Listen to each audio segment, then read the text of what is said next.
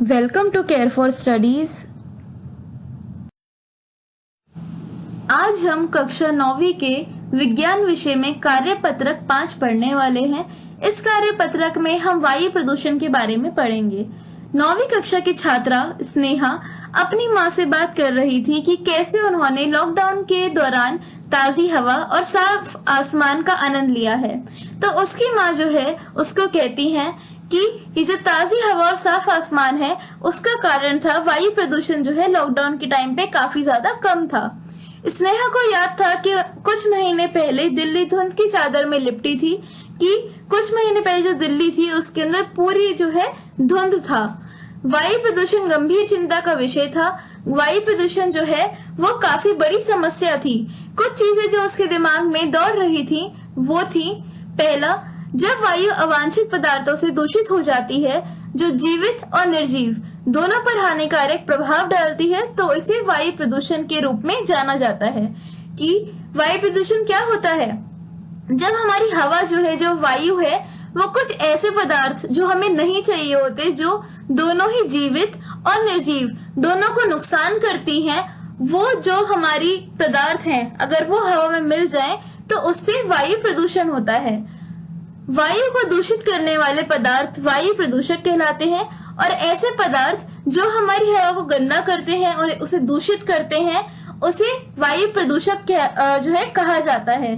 जैसे carbon, sulphur और nitrogen के ऑक्साइड, धूल कण, पराग कण आदि। तो ये सारे हमारे वायु प्रदूषक हैं और जब ये हवा के साथ मिल जाते हैं, वायु के साथ मिल जाते हैं तो वायु प्रदूषण होता है। अब बॉक्स में हमें वायु प्रदूषकों के स्रोत को उनके चित्रों के साथ मिलाने का प्रयास करें। तो अब इसके अंदर हम देख सकते हैं नीचे बॉक्स में जो है कुछ चित्र दिए हुए हैं, तो हमें उन्हें जो है उनके वायु प्रदूषकों के स्रोतों से जो है हमें मिलाना है। तो हम पहला देख सकते हैं कारखाने उत्सर्जन संयंत्र।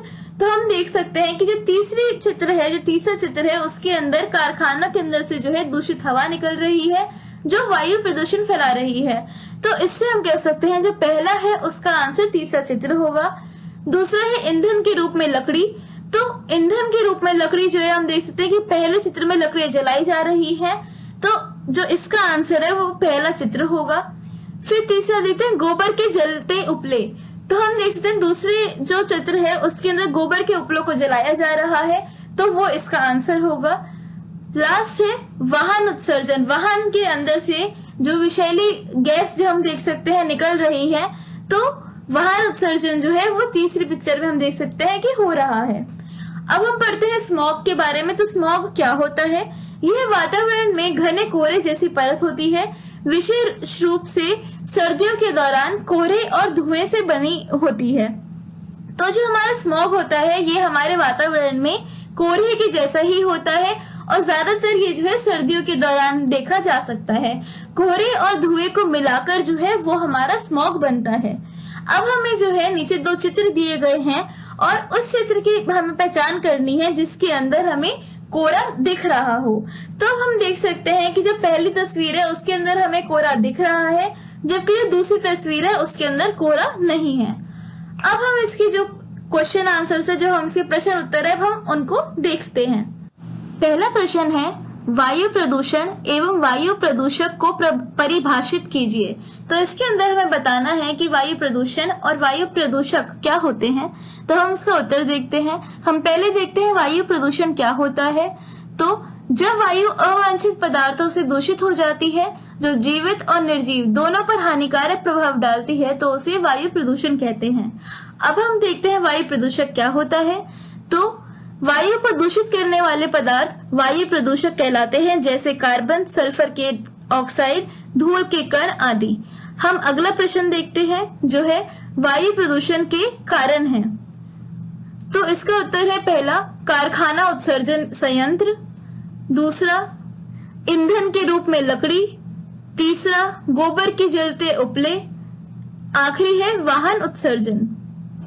अगला प्रश्न है स्मॉग क्या है। तो हमें इसके अंदर बताना है कि स्मॉग क्या होता है।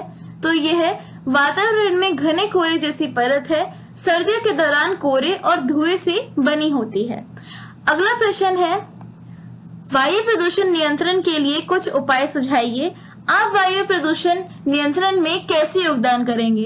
तो इसके अंदर हमें बताना है कि वायु प्रदूषण जो है हम उसे कैसे कम कर सकते हैं और उसके अलावा हम क्या योगदान दे सकते हैं वायु प्रदूषण को कम करने के लिए। तब हम इसका उत्तर देखते हैं। वायु प्रदूषण नियंत्रण के उपाय: पहला, सार्वजनिक परिवहन का उपयोग। दूसरा, अनुप्रयुक्त विद्युत उपकरणों को बंद करना। तीसरा, फिल्टर व चिमनी का प्रयोग। चौथा, आतिशबाजी का बहिष्कार। पांचवा, एयर कंडीशनर के स्थान पर पंखे का प्रयोग। अब हम देखते हैं कि हम क्या योगदान कर सकते हैं। तो हम वायु प्रदूषण नियंत्रण करने के लिए नीचे दिए गए योगदान कर सकते हैं। जैसे पहला, वृक्षारोपण करना। दूसरा, आतिशबाजी को ना कहना। Thank you for watching. आज की क्लास के लिए बस इतना ही। अगर आपको ये वीडियो अच्छा लगा हो तो इसे लाइक करिए, अपने फ्रेंड्स के साथ इसको शेयर करिए और हमारे चैनल को सब्सक्राइब करिए and hit the bell icon, ताकि आपको जब भी हम कोई वीडियो डालें उसकी नोटिफिकेशन सबसे पहले मिले। आप अपने डाउट, सजेशंस और अगर आपको किसी भी टॉपिक पे वीडियो चाहिए तो आप हमें कमेंट करके बता सकते हैं।